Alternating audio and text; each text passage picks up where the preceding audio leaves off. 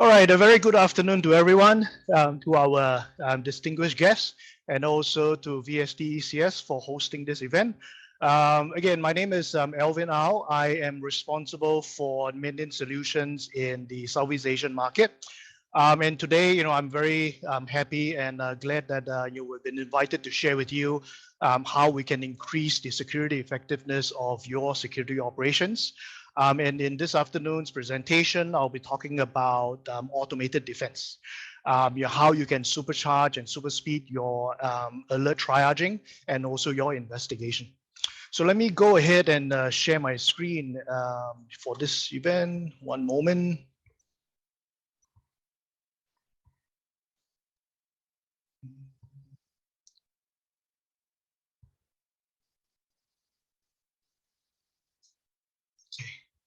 Can you let me know if you can see my screen? Yes, sir. We've got it. Okay, But fantastic. it hasn't been it's not a presenter Yeah. mode. Oh, there you go. Thank you so much. All right, fantastic. Let me just move this to them. Okay, so again, in this afternoon's presentation, I'll be sharing with you what the automated defense solution is all about. It's all about supercharging your alert investigation. This is the agenda that I've prepared for this afternoon. So the focus of this afternoon's discussion is going to be centered around security operation centers. I'll firstly be sharing about some of the challenges that we're seeing, based on the conversations we've had with many different customers worldwide on some of the challenges that they are facing in the security operations center.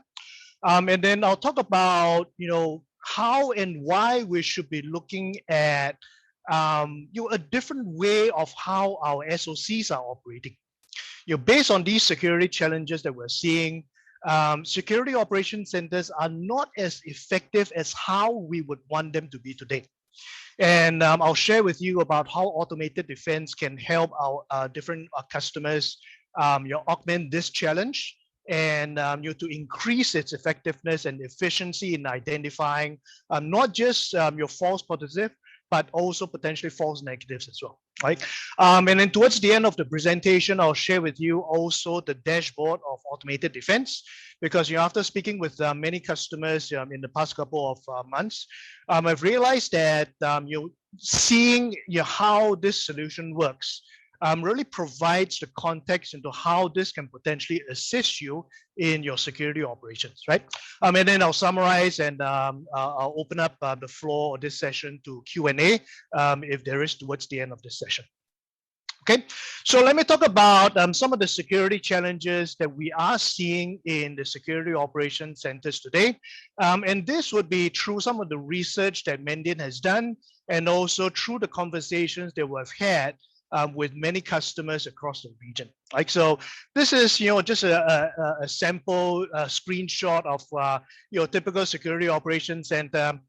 Imagine your security analysts working in this environment with multiple screens that they have to deal with, multiple events, multiple alerts that's being generated from security controls into these screens that they're monitoring, right?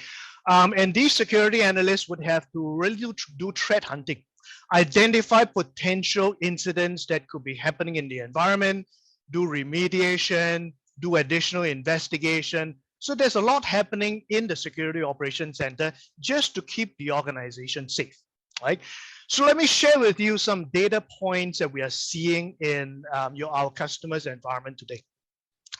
So from customer interactions and also from the research we've done, about 75% of attacks are actually not prevented or not prevented or not detected, like in security operations center in organizations, right? So let me turn on my laser pointer one moment. Okay, and coupled with that, less than 10% of attacks actually generate an alert, right? But the most glaring piece of data point that we've seen is in a lot of security operations center, they are only looking at or investigating a small fraction of the alerts, right? So think about it. You will probably have many different controls already in your security operations center or in your environment generating alerts. These alerts could be going into a repository like your SIM, for example, or data lake. And all these would go through different rules, different alerts, different filters, and all this would go to your security operations center, where your security analyst would be looking at them, trying to identify potential threats or incidents that will be of interest to your organization, right? But if organizations are looking at a small fraction of the alerts, due to whatever reasons, it could be due to resource constraints, it could be due to just too many alerts or too much noise that's being generated in the operation that this team might not be able to handle. Like, so then the question becomes, well, how effective is my SOC today for my operation, right? Why we're seeing this today could be due to a couple of reasons, right? It could be due to a lack of data centralization or telemetry. So individual controls would be, collecting their own information, collecting their own logs without having understanding of what's happening with the other controls or the other telemetry. SIM might not be able to provide this telemetry as well, right? There are too many alerts, too much noise for this team to handle. And if you think about it, if I have an alert or an investigation that I need to do, if I put this or present this to two different analysts in my environment, the likelihood of having the same outcome, or the likelihood of these two analysts going through the same process to do the investigation, the outcome might be different. Right? You might have an analyst that might think that this is a false positive or false negative, or you might have an analyst that might think that this is an important incident that warrants further investigation to really understand and identify if there's a threat in my environment, right? I'm also coupled to that, again, we've spoken to many customers. One of the challenge that the security operations centers are facing today is the number of analysts that is available in the market, right? So the ability to find, to hire, to train, and to retain security analysts is a challenge for us, right? Globally. And we've seen this situation where we've identified the right analysts, we've put them through the right training. They have actually been working on the floor for a number of years. They have the right level of experience. Lo and behold, right? Another organization will come to them, provide them, a better offer, and we do see a lot of analysts, moving from different organizations to different organizations. So it is quite difficult to find, train, and retain these talents that we would need to operate in the security operations center. Coupled with that, controls might be misconfigured, or controls might not be updated with the necessary rules, with the necessary alerts, so that it's filtering out those that is not necessary for my team to investigate. And this becomes important, later on in the presentation, as I share with you, again, further data points about how long does it take for an analyst to investigate one incident in an organization, right? And there's a need for continuous investment in improving controls, improving rules, updating rules, and so on, right? So there are a lot of different challenges that we're seeing in the security operations center today. And what we're seeing is that the common approach to a modern security operations center is not really ideal, right? So there is a need for a shift in the way we look at how we build out a security operations center to improve the effectiveness and to reduce the cost in running the security operations center, right? So in your security operations center, let's take, for example, if you are going to include new controls, or if you're going to expand your operation into different regions, into different domains, one of the first things that a security operations center will probably have to do is to look at, well, would there be new controls that I need to add in my operation? Coupled with adding new controls, there will be new alerts, there will be new logs, there will be new events that will be generated. So would that mean that if I expand my operation, I'll probably have to expand my security analysts? Because if I'm going to add more controls with more alerts being generated, I'm not going to expand my security analyst team. then there will probably be a higher percentage of events that is not going to be investigated by my team here, right? So there's a need to expand in both ways as you expand your operation. So then the question becomes, is there a way for me to expand my operation without having to expand laterally the number of analysts in my security operations center, right? And then there's the skill gap, and there's also monotonous work. If I have a pool of security analysts that is in a day in, day out manner, just looking at logs, looking at alerts, trying to find incident, it becomes a very monotonous type of work. Well, what if I can automate the level 1 triaging? Take the monotonous work away from my security analysts and provide them a more holistic work environment where they focus on their expertise, doing the actual threat hunting, doing the actual investigation work, doing the actual remediation for my environment, right? This working environment becomes more conducive, and it will potentially create a better environment so that you can retain your talent much better, right? And also investment in security engineering. There's never ending maintenance, adding new rules, updating rules in your environment. Well, what if there's a possibility for me to outsource this component here so that you focus on your key business objective? You outsource a lot of the level 1 triaging to a party like Mandiant, provide a better working environment for your security analysts so that they focus on what they do best, right? So this is what we feel would allow us to increase the effectiveness of a security operations center. So automating as much as possible, taking away the mundane work, providing global threat intelligence to the overall operation. You're reducing the need to continuously update SIM rules, for example, or playbooks, because that could potentially be managed and updated by Mandiant, who is the expert in the market for remediation and also identifying incidents, right? So let's look at in the Security Operations Center, the day in the life of a security analyst, right? And if we look at objectively in the Security Operations Center, we do have a lot of tools, right?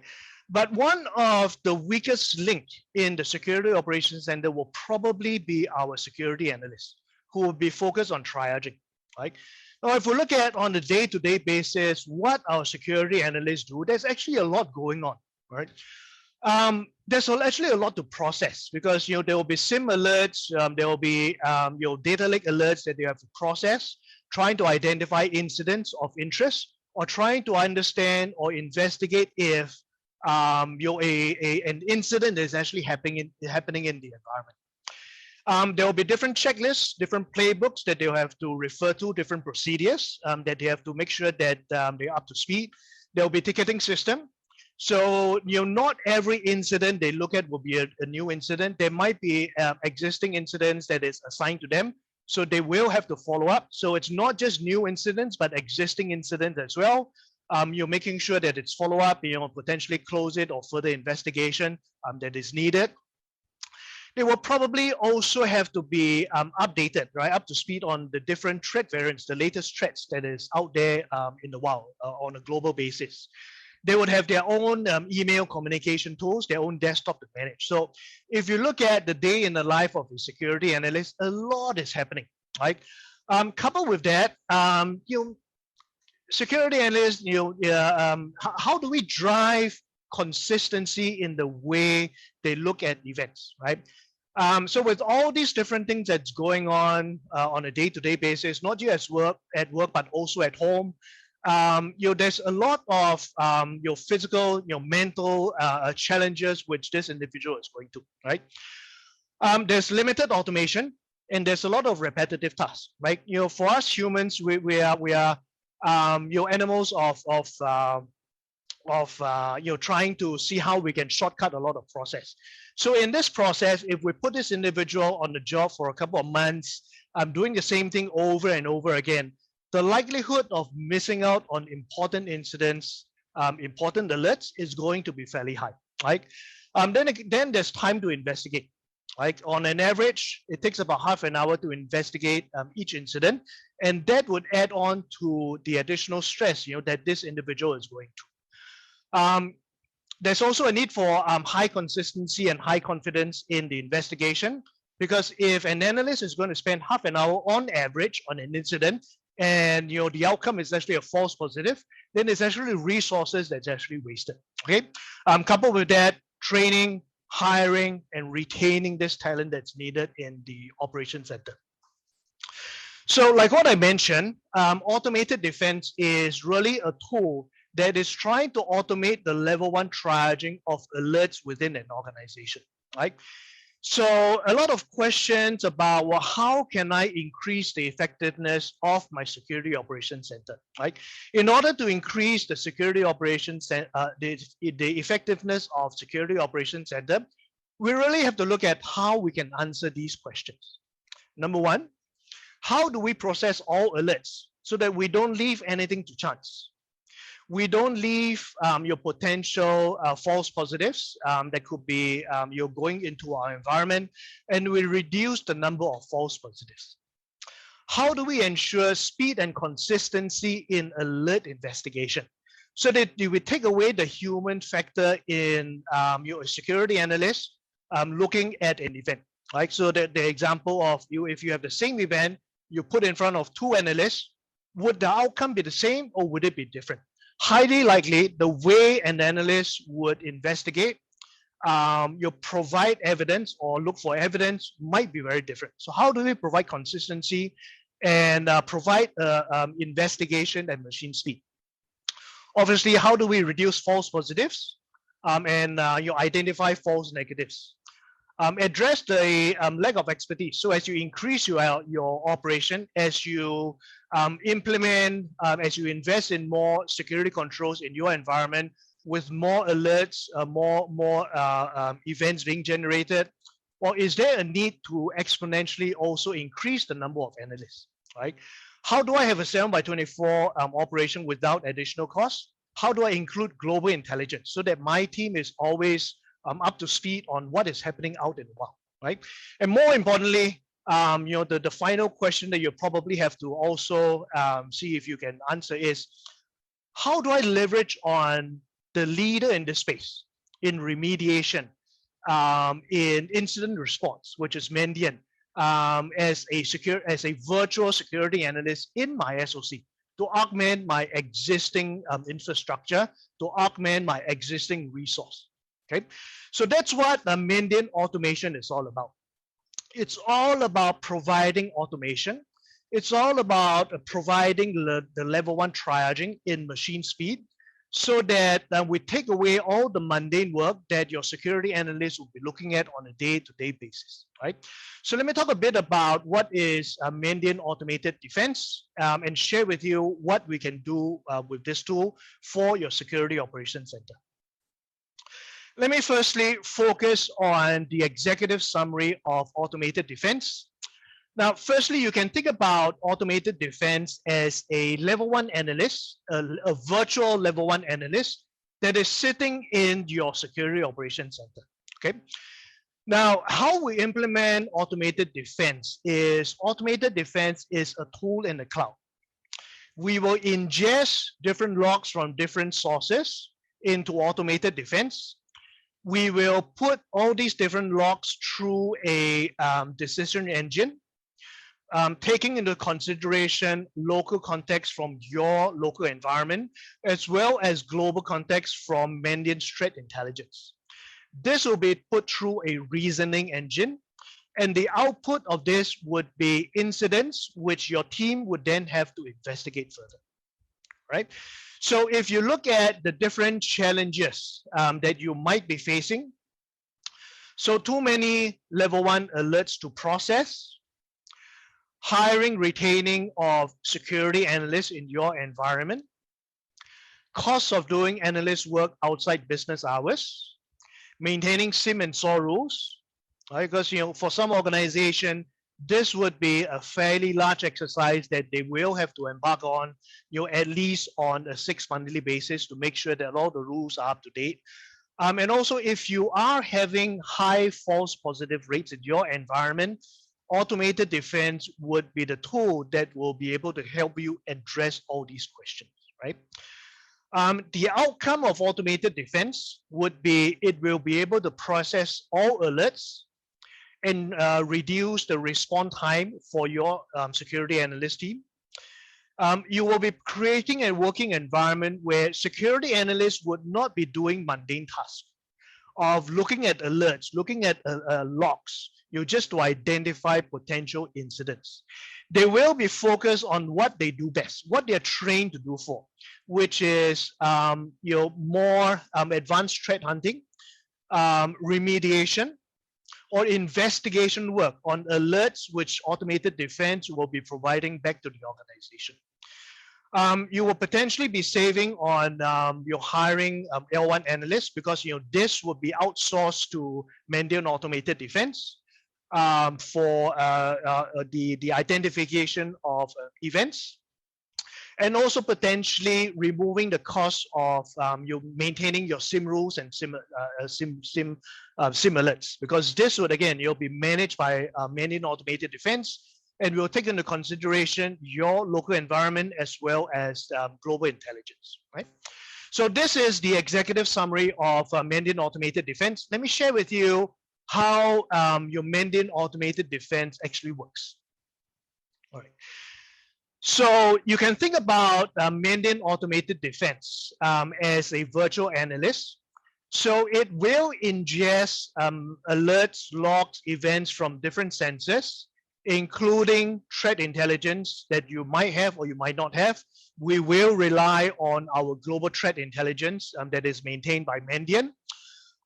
You can also identify local context through your system. Either you can identify accounts that's critical when you onboard your environment, or as we operate your environment. We can identify vulnerabilities. We can also provide whitelisting or blacklisting. So all these different contexts, all these different alerts will be ingested into automated defense in real time. Automated defense will go through its reasoning engine and provide outputs back into the organization, right? So what it does is you're 100% of triage, and it takes feedback and it adjusts automatically, right? So if automated defense identifies an incident today, and if it identifies a similar incident 3 or 6 or 9 months later, it will take into context what actually happened in the previous incident and what was the response from the organization. Okay, so it is also a engine that would learn from previous interaction with the organization or with the security analysts. Okay, so the benefit of this is it provides accurate and consistent triage of all alerts that's going into automated defense. It will reduce false positives, and it will provide fast investigation to escalation, because all this is done at machine speed. So instead of a traditional half an hour per incident by a human analyst, this will be done at machine speed. So it doesn't matter how many alerts, how many logs you're throwing at automated defense, it will be able to ingest all this, it will be able to triage this, right? So think about it. As you expand your operation, as you add more controls into your environment, it really doesn't matter to automated defense. Okay, all this would continue to be triage, and all these will be investigated at machine speed with automated defense.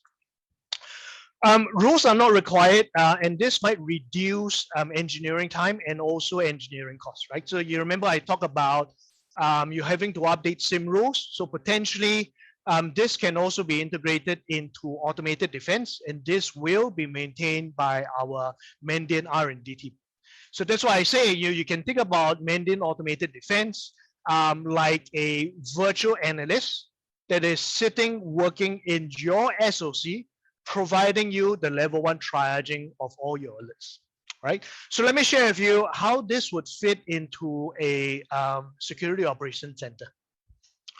So this is where we fit, right? So in most security operations center or in most environments today, there will be different controls, different sensors, we call it sensors, and all these will be ingested into automated defense, right?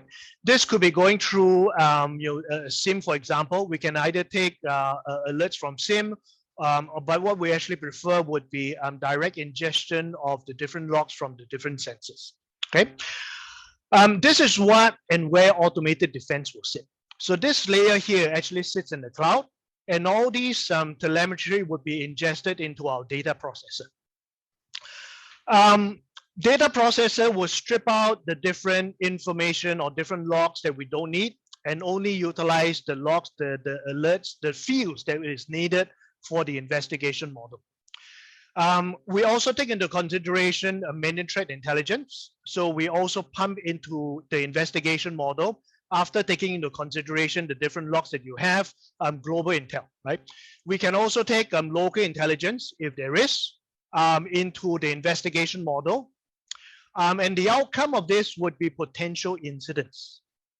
Potential incidents that will be fed back to the organization through the GUI that is available in automated defense, or the other method that we can feed this back into the organization, into the SOC, would be interfacing with operation management tool. Let's say, for example, if you have a case management tool, automated defense can automatically open up an incident in your case management tool, so that your security analyst can go into this tool and look at the events that is generated by automated defense, right?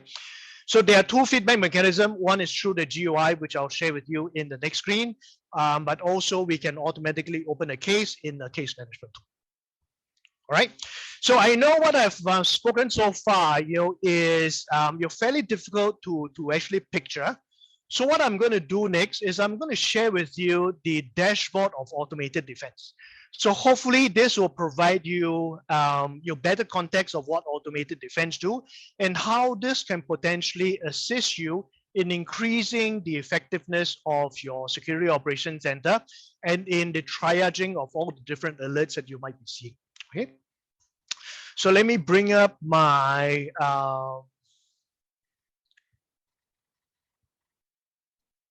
my Google console here. This is automated defense. Okay. Sorry. Let me go to automated defense.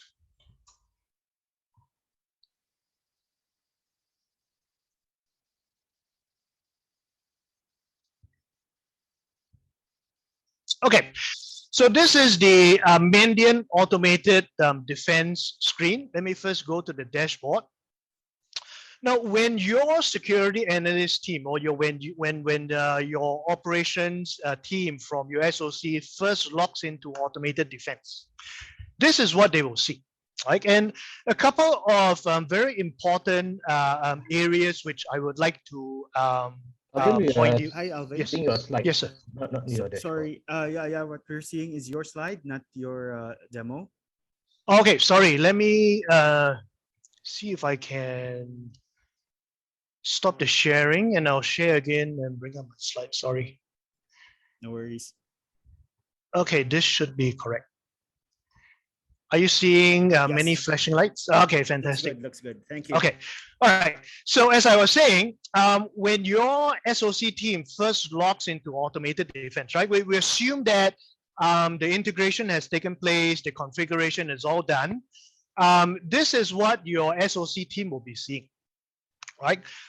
There will be a summary at the top. So the summary is showing that in the past 24 hours, this was the number of events that has been ingested into automated defense. So there are about 432,000 events that has been generated by automated defense. And this will be 100% of all the events and alerts that has been generated by your security controls, right? So none is not being investigated. Out of all these different events, 382,000 over false positive has been suppressed. And how do we identify all these false positives? It will be through either our reasoning engine that is in automated defense or through our global threat intelligence, right? That we identify false positives. And in the past 24 hours, 7 new investigation has been identified. And that's where really your security analyst team would have to look at, right? So think about it. Past 24 hours, 400 over 1,000 events has been triaged. out of this, 7 investigation has been identified. Right. So your security analyst team is actually reducing a lot of their mundane tasks in going through all these different events and false positives. Right. Automated defense is doing all the heavy lifting. The outcome of this would be the 7 investigation that has been identified for your team to investigate further. Right. Second area would be this attack tactic that you see somewhere in the middle of the screen. So we do map the different incident that the automated defense see to the MITRE attack framework. Right. So this would also provide you an indication that in your environment, what might be areas, if you're looking at investing or you're further tightening of your security controls, what are the different areas that you might want to prioritize first, right? If you need to do further investment or further updates or tightening of your security controls. So in this example here, your lateral movement, we've got six incident that is mapped to the MITRE attack lateral movement framework. 3 that is mapped to command and control. Right? So this gives you also an idea and also a prioritization where you might need to beef up your security capability. Okay. And then towards the bottom of this screen here, it shows you the incident that is open. Like so in this top here, it shows the 7 incidents that has been open for the past 24 hours. And this 12 here shows you all that has been open so far. Okay, and it prioritizes based on priority 1, 2, 3, 4, so that if again, based on all that has been filtered and all that has been fed back to your organization, there's still a resource constraint. The recommendation here is you're focused on those priority 1 because those are the ones that Mandiant is very confident that these are incident that is definitely that needs to be investigated further, that needs an action from the organization to mediate. Okay, so this is the dashboard that your team would look at when they first log into automated defense. I would want to go into the investigation tab next. So there's the investigation tab at the top, which I can go to, or I can click on this button here and go to the investigation, right? So let me go into the investigation, and these would be the 12 incidents that has been highlighted by automated defense, right? So from here, I can see the different priority incident, right? So let me talk about this priority 1 incident first. So priority 1 incident, what automated defense has done is it has grouped different incidents, different alerts into one single case, right? So what automated defense is telling me is, for this case, it seems like there is a virus infection, and also there's a suspicious repeated connection from inside to out, right? Based on the different telemetry that we've collected the logs from. Okay, and the reason for this priority 1 is, there are critical internal assets that is of interest, and there are also critical asset class that is involved in this particular environment. Likelihood based on our reasoning engine is that this is very high, right? So this is important for the organization to look at. So let me click on this and go into this investigation further, right? Assuming I'm the security analyst. So as I do my investigation, I click on this incident, and it provides me an overview view of this incident, right? The first thing that it provides in this summary view is all the evidence that is supporting why this is important for the organization and why the organization will have to investigate. Right, so it seems like the hash file for this incident is on the global threat intelligence list. Right, I can see what is the hash file here. I can look at the binary. I can look at the hash. I can look at all the different tools that is associated with this particular incident. And as I go down further, I can also see that, hey, this malware, it seems like it's not removed by my endpoint protection agent. Okay, so all these different evidence are provided to your analyst so that your analyst can understand what's going on evaluate the evidence that has been provided, and decide what to do next, right? Usually what I would like to do is I would like to go into systems because it provides me a view of what are the systems that is affected internally, and potentially what are the systems externally that this investigation is actually this investigation actually involves, right? So I can look at the different internal system, and it seems like internally there is a system that has been classified as critical that's involved in this investigation, and there are other internal systems that's also involved, right? Externally, these are the different systems that my internal system is trying to communicate with, and there are 3 systems here that is of high suspicious level, right? And these are the countries that it is being hosted, and there's some in medium and low system, right? So I can see from here which are the internal system that is of interest and what are the external system. I can also have a network view of how these different connections are happening. So if I'm interested in the critical system, I can click on this critical system and understand how and where and what this critical system internally that is actually trying to connect with externally, right?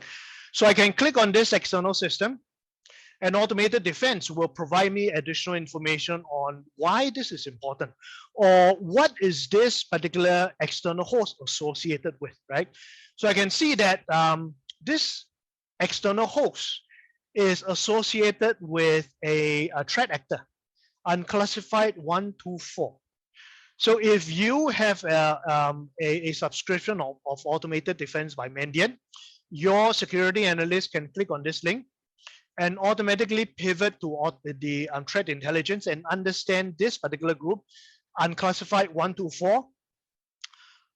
How are they associated with, or who they are associated with, and what are the different tactics, IOC, malware that they could be using in their arsenal, right?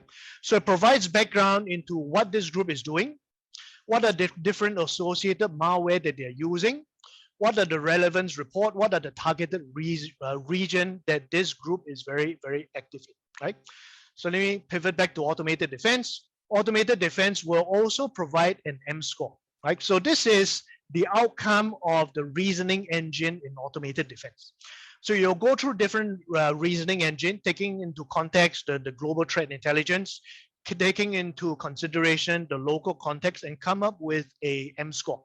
So the higher the M-score, the higher the likelihood, the more confident automated defense is on a particular incident, right? So I could also have a web filtering view of this particular incident to help your security analyst understand what are the different threats, why is this important to the organization, okay? Now, with all these different evidence that's provided to your security analyst would have a lot of information on his or her fingertips to do the additional investigation. So allow Mandiant Automated Defense to do the heavy lifting. And what is also important is there is a feedback mechanism back into automated defense for a particular incident.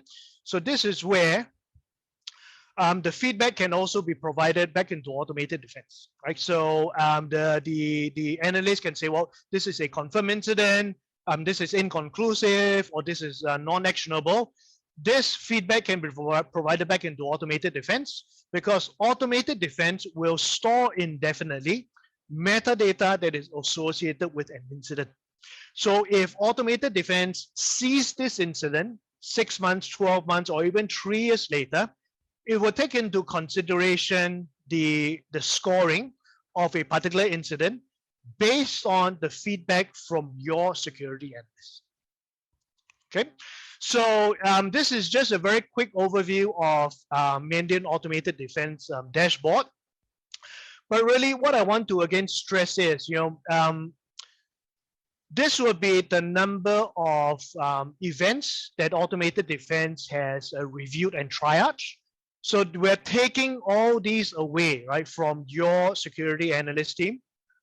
So your security analyst would just have to focus on these 12 cases that it's open in the past 24 hours, right, for further investigation, right? So let me just pivot back into the presentation and do a summary for this session here. Let me share my screen.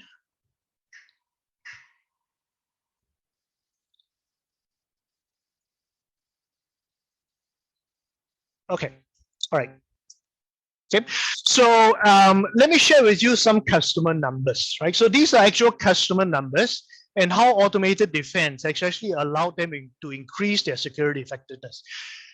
So this is a regional customer of ours who was evaluating automated defense. That was where we got all these different data points.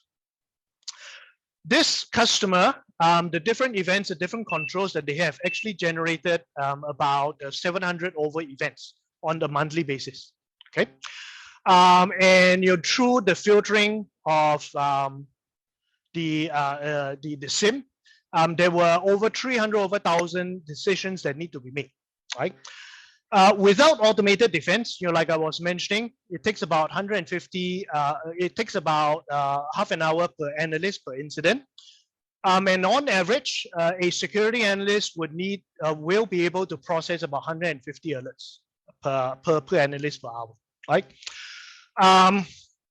So then the question becomes, in order for this organization to process 300 over 1,000 events or decision that needs to be made, how many analysts would this organization need to have, right? This organization would need to have 16 analysts to process all these different alerts, right?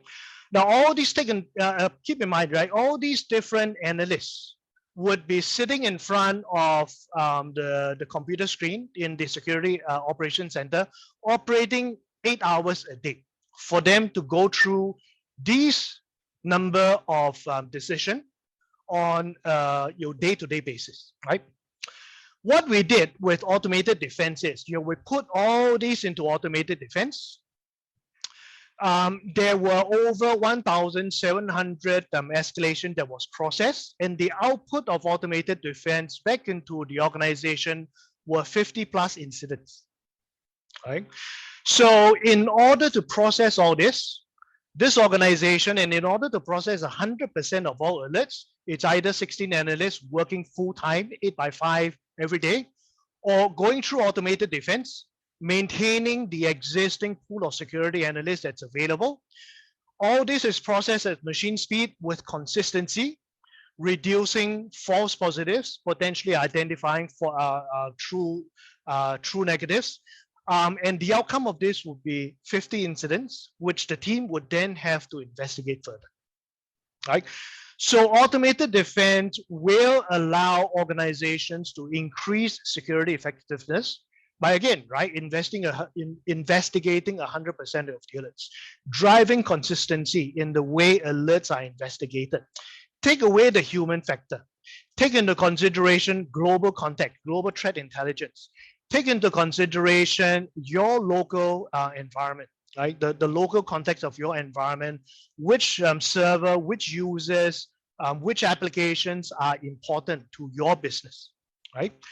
And this allows organizations to grow your operation without the exponential cost of potentially maintaining, updating the security controls, especially the SIM as well, right? So in summary, I would just like to provide some additional points of what automated defense can do. Let me just turn on my laser pointer. So think about automated defense as a virtual analyst that sits in your security operations center, doing all the heavy lifting, doing the initial triaging of all the alerts that's coming from your security control. Automated defense will also investigate. So there is a investigation engine, there's a reasoning engine that's within automated defense. So what it does is it will look at a particular incident, it will create a hypothesis. And what it does next is through the reasoning engine, it will go through a reasoning process to try to debunk this hypothesis that it has actually identified. So the incident that survives this reasoning would likely be the incident that is of concern to the organization, right? And also it prioritized, right, through the reasoning engine. You saw in the dashboard that I showed you, priority 1, 2, 3, 4. So the recommendation here is, right, if resource is still a constraint after automated defense has been put in place, focus on the priority 1 incident first, then go down the list to priority 2, priority 3, and then priority 4, right? So this is a very quick summary of automated defense. And this is how we feel this would increase the effectiveness of your security operations center, right? So I would like to share with you also this QR code. This is a QR code for access to our Mandiant threat intelligence. You scan this barcode, it will automatically generate an email to our inside sales team to get access into for our Mandiant Advantage threat intelligence. We do have a special program currently running for customers who have requested for our freemium version of threat intelligence today. We are providing 2 weeks access to our Mandiant security operation. So what this means is you can operationalize security intelligence from this QR code access and actually ingest the security operation into your security technology. So in your SIEM, in your firewall, so you can actually operationalize all these threat intelligence into your security operations center. After you're requesting for access into security operation.